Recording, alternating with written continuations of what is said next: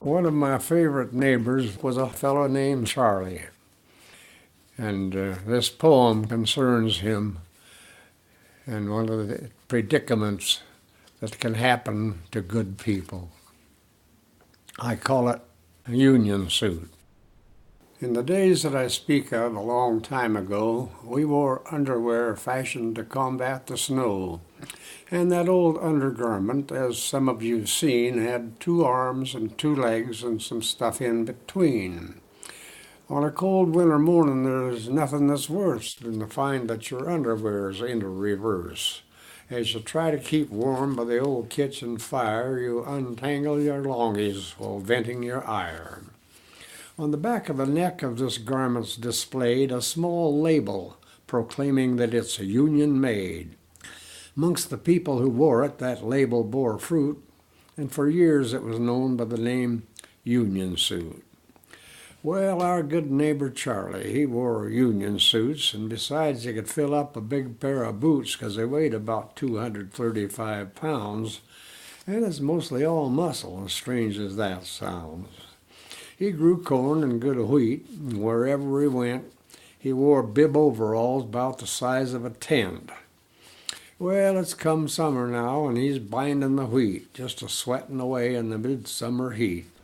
Now, the mere thought of underwear, that really galls, so he wears only boots and his bib overalls.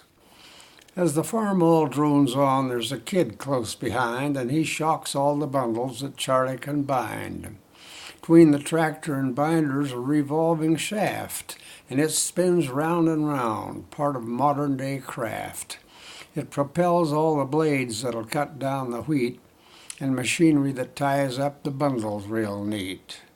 Well, the binder chokes up, and old Charlie jumps down, disregarding the shaft as it spins round and round. But it catches his pant leg about at the knee, and poor Charlie is desperate just to break free.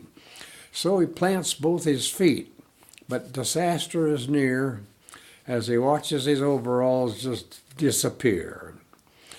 He was now standing naked right close to the road, and he glanced down and noticed that everything showed, so he seeks out a grain shock as traffic goes by, and he ducks down behind it because Charlie is shy.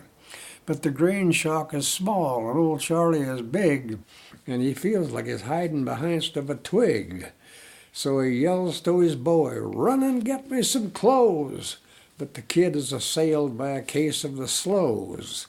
He has never seen Daddy in that shape at all, and he laughs till he cries, just having a ball. Well, he finally brought pants, not a moment too soon, because Charlie stood out like a full harvest moon. As he stood there exposed and embarrassed to boot, he sure wished he'd had on his old union suit.